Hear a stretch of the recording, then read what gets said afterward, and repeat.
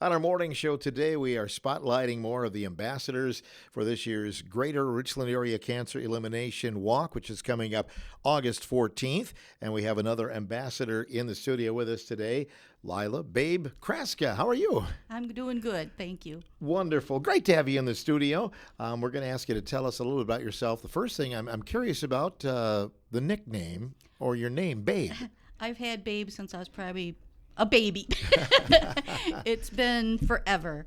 Teachers call me, doctors call me, everybody calls me Babe. So I answer to anything, though. I was going to say, if some people say Lila, they may not know who we're talking about, right? Probably not. Sure. So did you grow up in the area then? Lone Rock, 67 years, Lone Rock. Born and raised. Yep. Good deal. And were you aware of Grace all these years? Yeah, I started the Mighty Ducks team in 2001 in honor of my mom, who passed away from breast cancer. Then it was the Relay for Life, and I've been with Mighty Ducks ever since. I believe I sponsor the team. Yep. we've read some of your loved ones' names quite often, I think, on Yep. the luminaries, haven't we? Sure. Yep, sure have. Tell us about when your cancer journey started then. How long ago was that? Well, it was May 13th, 2024. I went to have my mammogram, and the girl said, if we need anything, we'll call you. She took 2 pictures of the left breast because she thought she saw something. So okay, see you next year, just like I always do. And the next morning, about 9 o'clock, UW was calling me to set me up an appointment because they did see something that she spotted. And the doctor down there said that he might have even missed it because it was the size of like 2 pieces of rice, if even that big. So he gave her a big whoop-de-doo because she did so good. And I thank her so much.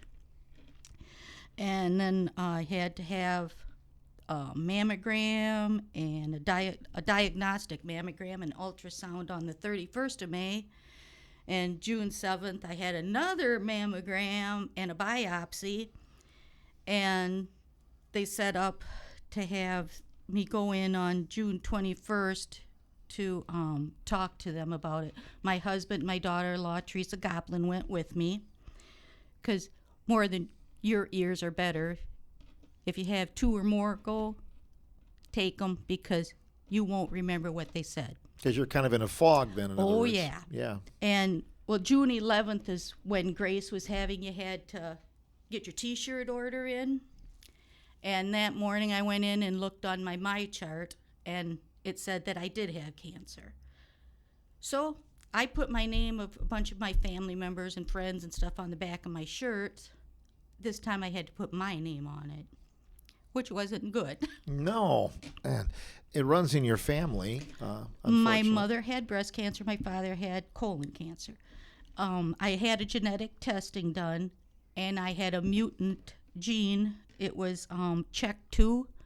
So my son, DJ Adams, went down and had the test done, too, to make sure that, because of the kids, but it stopped with me. So he didn't have the mutant gene.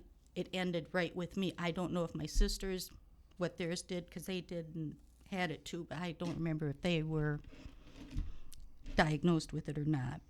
Were you thinking all the time that maybe someday it's going to be me because it has ran in my family before? Well, yeah, you always think that, but then you're always hoping no. But then it gets you. Then it got you. Yeah, it's 2 years. Oh, 2 years 2 ago. years in June 11th. It was when I found out, yes. Okay. So it has been quite a journey, hasn't it? Yeah, I was diagnosed with stage 1 invasive ductal carcinoma. I hate those big words. But You said it well. that's what I have. And like I said, it was so small that I'm so grateful it was so small. Other people aren't that lucky. And Okay. So then that was a couple of years ago. Mm-hmm. What was your form of treatment then? after I had a biopsy, I had a lumpectomy, and then I had 15 radiation treatments, and now I go every 6 months for a mammogram and an MRI. And I have an infusion because I take letrozole.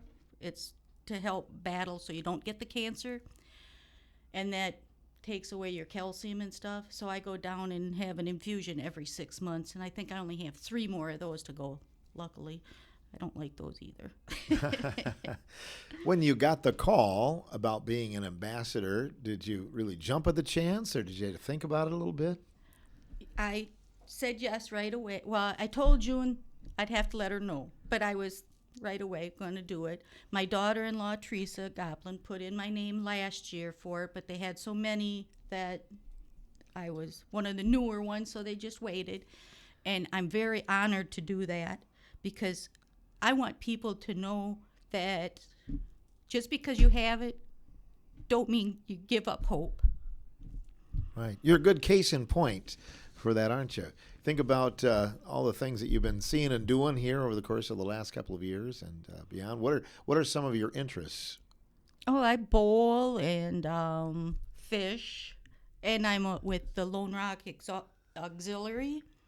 We put on the Vets Roll, which is amazing. I'm with the Splash Pad, where we got the Splash Pad going, and we're still raising money for that. I am the president of the Button Cemetery, and anything I can usually get into, I do. A lot of irons in the fire, so right. to speak. I love baseball, softball with Jossie, my granddaughter. Trey, when he was in school, it was baseball. They keep me busy, so. So you go to a few games. Oh, then. I go to every game.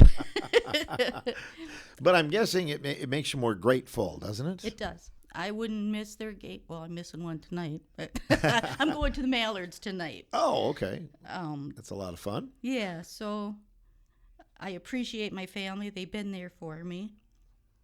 Yeah, it's a good support network, isn't it? It is. Sure. It is. You have to have that.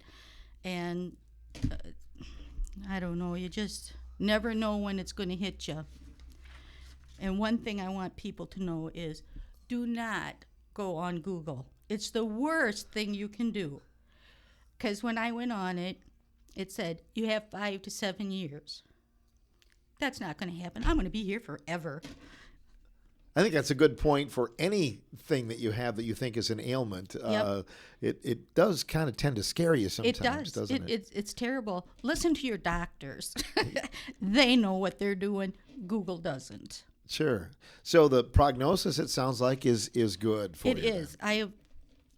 I probably only have to take that pill 3 more years, thank God. And it's, like I said, nothing has showed up anywhere else. When they did the lumpectomy, there was nothing in my lymph nodes.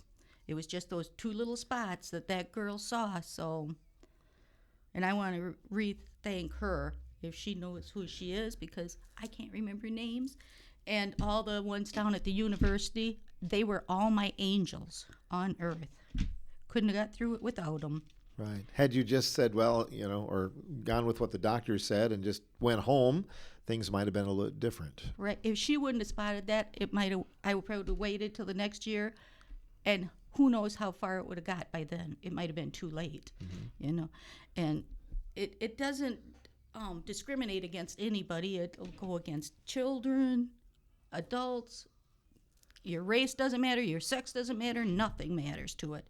It's a terrible disease, and I pray to God every day for saving me and hope that he helps out with a cure. I think the greatest thing, and I've told the other ambassadors this, is that you guys hopefully can be an inspiration for somebody else, because early detection is very key, isn't it? Yes, go get your mammograms, get the colonoscopy. It's not going to hurt you. Believe me. Been through them both. Nothing's going to hurt you. Well, they're both a little bit of an inconvenience, but it beats having to go through. Right. If they something find worse. something, you can get it taken care of so it can save your life. So how's your team doing this year? We're doing good. We have Marge Benson on our team, and she has sold 150 tickets. I'm not surprised. She is excellent on our team. She's the saleswoman of the year, I She think. is. She is awesome. And she's a former ambassador. Yes, she is. She Yeah. lives just a block away from me, and So you've got quite a support network there, and like you say, you've always had the team, But Yep. it means even more now, doesn't it? Yes, it does. Yeah. I'm just glad that I've always, when my mom got cancer, my friend Lynn Mulholland Albaugh, she said, "You want to honor your mom? Do you want to do a team for the Relay for Life?" I says, "Well, what's that?" She says, "It's for cancer. It's a research thing, so you raise money and stuff." I said, "Yeah, we'll do that. We'll name him the Mighty." Her nickname was Duck, so we named ourselves the Mighty Duck. And my dad was Snake. So he's got a picture of a snake on my shirt too. So it's a duck and a snake. I've got so many names on there now, though. I've got to start readjusting the pictures somehow, do a different thing. Every year, it just gets more. My sister's husband just passed away in April, the end of April, from cancer. And I found out when we was going to Washington for a family reunion that I have a cousin out there. She's 58, I believe. She has stage 4 pancreatic cancer. When we got back about 3-4 weeks ago, maybe, my sister comes down and said that her niece-in-law is around the same age as our cousin, and she found out she has stage 4 pancreatic cancer. So it's just running rampant. I mean, praying that they get a cure for it. No doubt. They have made strides. There are some things that make it a little bit more tolerable. Maybe your longevity is better and things like that. But well, and having our local hospital, that's another place I'd like to thank. Because if we didn't have that, we'd have to go how far to get our treatments or just to be diagnosed with it. So thanks to them too. you speak about grace from personal experience, but also from all of the people that you know around that have been helped by it. It does motivate you even more to go out and see what you can and raise money for the organization, doesn't it? We have a lot of fun with our team when we're at the Grace Walk. Do you? Oh, What are some things that you do from time to time? well, we don't really go out and raise money. We do our selling of our tickets and all that stuff, but we have more fun when we come up there. We buy a lot of the ice cream that we're snackers. Sure. So we buy a lot of stuff. And the silent auction is my favorite thing in the world. I love doing the silent auction. They've got a lot of stuff again this year too. Oh, good. So. But lots of things to snack on and we whatnot. just sitting around and talking and visiting with other people, seeing people that you haven't seen for a while. It gets to you when you see the line of the survivor line that goes through when they first start walking. It just makes you want to cry. What's it going to feel like this year? Because you're going to be leading, you and the other 3 ambassadors leading that first lap. I might cry.